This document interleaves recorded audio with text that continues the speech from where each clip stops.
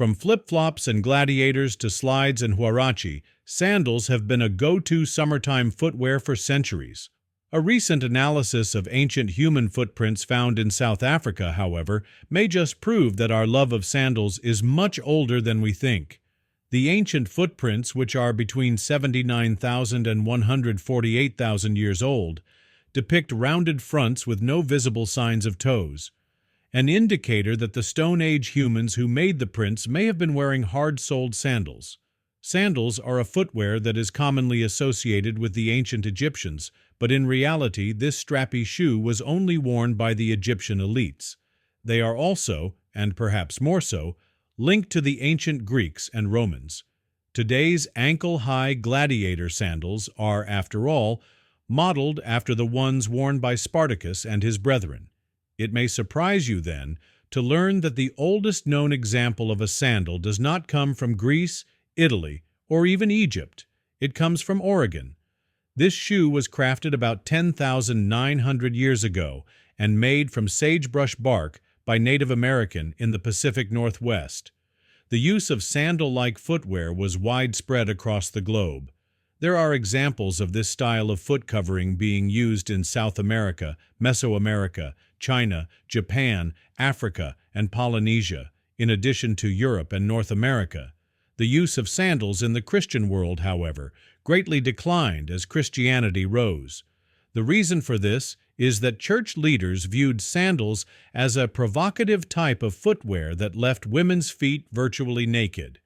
It could be that the sight of toe cleavage was too much of a distraction for men, or that it was the sign of a wanton woman. The introduction of sandals was most likely born out of necessity. And if you think about it, sandals just make sense. Without some type of protective footwear, early humans were at risk of cuts, scrapes, and bruises from rocks, pebbles, thorns, and tree roots. Early sandals had a bottom made from wood, bark, animal hide, or woven grasses. This bottom portion was latched to the sole of the wearer's feet using rope, braided leaves, or leather. They may not have been super stylish or ergonomically designed, but they got the job done. Millions of years ago, our early human ancestors went out for strolls. They walked across various types of natural materials, such as clay, sand, mud, and volcanic ash.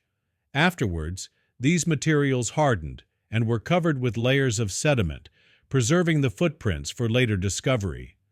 Archaeologists have found early human footprints in various places around the globe, giving them a unique opportunity to learn more about human development. For example, footprints discovered in Laetoli, Tanzania, are believed to be more than 3.6 million years old. Similar tracks in White Sands, New Mexico, offer clues to the migration patterns and social structures of early humans.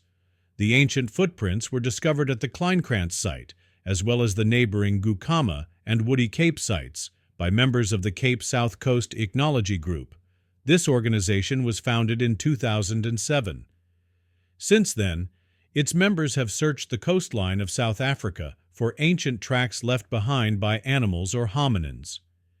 In 3 locations along the Cape Coast of South Africa, ancient hominin footprints have been found in sandstone. Recently, ichnologist Charles Helm of South Africa's Nelson Mandela University led a research study to examine the tracks. Ichnology is a specialized branch of paleontology and archaeology that focuses on the study of fossilized footprints, tracks, trails, and burrows to learn about the animals or organisms that created them. What Dr. Helm and his team gleaned from the tracks at the Kleinkrantz site is groundbreaking. The footprints found at the Kleinkrantz site are diminutive in size. They were probably left behind by a small hominin or an adolescent one. Nearby, the fossilized tracks of elephants and bovines have been located and dated to between 70,000 and 130,000 years ago. Like the hominin footprints, the animal tracks were left behind in sandy soil that hardened to form aeolianite sandstone rock. This suggests that the early human footprints were made during the same time period. The first thing Helm and his researchers noticed about the fossilized footprints is that they could not see toe marks.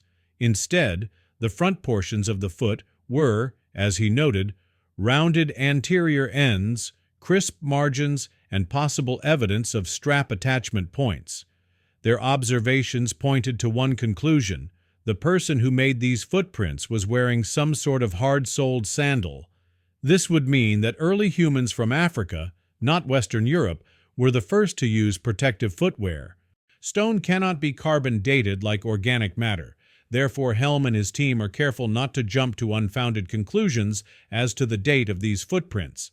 But based on the age of nearby sediments, it is thought that they may have been made in the Middle Stone Age.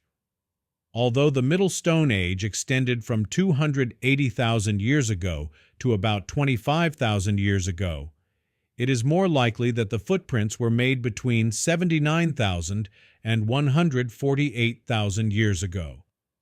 This predates the sandals found in Oregon by tens of thousands of years. As Helm explained, very few track sites have been found showing ancient humans wearing foot coverings. A few fossilized footprints from the Middle Stone Ages have been discovered in which shoes or sandals were worn. They were uncovered in France and Greece.